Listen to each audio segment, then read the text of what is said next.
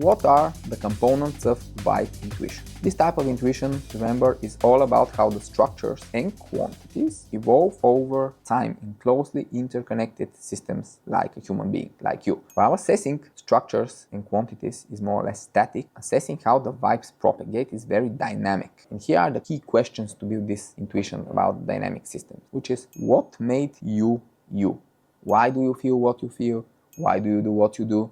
An honest understanding of the push and pull forces of the past that forged the current you. Then, how do you change? What signals do your current actions send to yourself, and how they change your internal stories and identity? And what changes stick, and are you changing fast or slow? Then, where will you end up? How would the future version of you feel in any environment that you can pursue? So an understanding of your future self given the direction you're going into. Last but not least, what do you really want? Often we're so pressured between external and internal, so identity-driven responsibilities. We don't really know. We're just following the flow, which can be good if it's a flow, but if it's just the fears and desires of someone else, for example, our parents, then it can be really bad. So remember that what you really want is important, otherwise you won't get there. Sometimes it's helpful to flip a coin when you don't know what you want and see how you feel about the result. Again, intuition is best with binary things. And then don't follow the coin, follow your feelings. A bit like in Friends, where Phoebe told Rachel that she was not pregnant, and then Rachel was disappointed, and then Phoebe said, well, actually, you are pregnant. So this kind of thing. It's possible to clear the fog and see how you really feel about something important when you flip the coin. However, when we see the above questions, any hypothetical honest answer to these questions changes you in real time, changes you instantly, changes the answer. So the question changes the answer. Remember this, because it's very important, this recursion. If your understanding of what makes you evolves, you change your identity. So it changes you, it changes your understanding. This is a closed loop. If you start believing an action changes your identity, it starts to change even before you do the action, because now you have the added identity that this action changes this identity in this way. So again, we arrive with a closed loop. And how you imagine future you is part of your current you. So again, it's not about the future, it's about now. And what you really want is part of your identity, if you really want it. So these closed loops are very important because they affect the way you change. Everything in you becomes a closed loop. If you believe you change slowly, you change slowly. If you believe you change fast, you change fast. If you believe you change hard,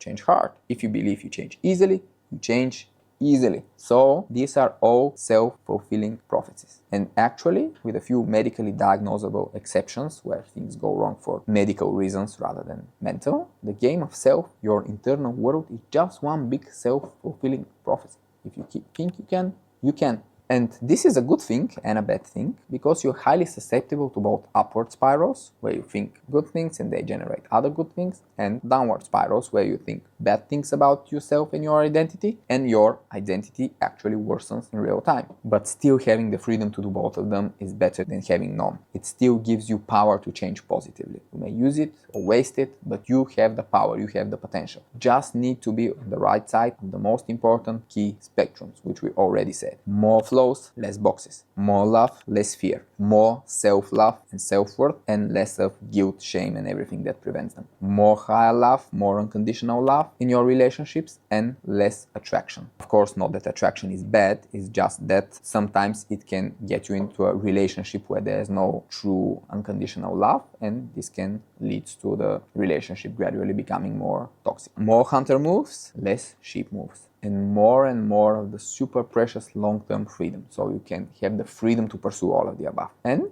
a personal one from me, more chaos, less self-discipline. The more chaos you have, the more data points, the better intuition. You need intuition about all of those. And more meaning. Meaning mostly to see the world as one whole. And we can add another one. After this video, I hope I convinced you more intuition, less logic.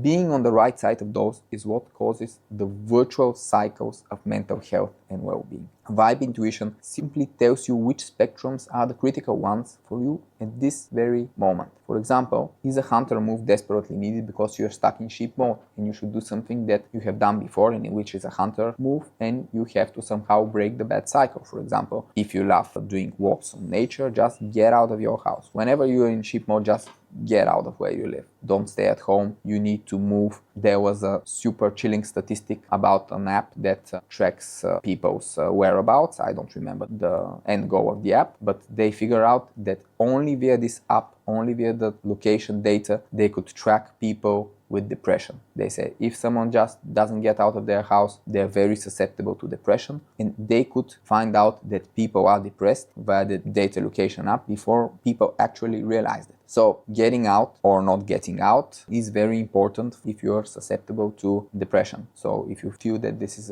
dangerous for you, get out more. And when you know that you should do it, it can become the hunter mode that changes the cycle and gets you out of the sheep mode. Maybe you need to destroy your people-pleasing problems, and then you need flow, maybe running between people in a crowd of strangers, which is the anti-people-pleasing experience that I Grow Younger recommends. Maybe your long-term freedom is in danger because you're starting a business in a very tough industry and you don't have backup plans, you're gonna take out loans and stuff, and then your intuition will say, no, don't do it. You're jeopardizing one of your core spectrums, long-term freedom. Feeling all of those vibes requires self-love. Why? Because honestly admitting where you are on those spectrums and where you're going requires to accept yourself for real. To accept your current situation, it requires to accept yourself. Otherwise, instead of truth, intuition, and progress, you get coping mechanisms, and the left part of the brain would drown you in overthinking and logic about how things are super good or super bad, just looking desperately for some comfort zone. And you totally distort the nuanced picture of what's really happening. So you need self-love. You need to accept where you are, where you're going, even if you're not in a pretty place, even if you're not going in a pretty direction, you need to accept it before you change it. Once you have a life framework that corresponds to reality and at least some self-love, your intuition will whisper when you lose your path along the spectrum and you'll be able to make fast corrections.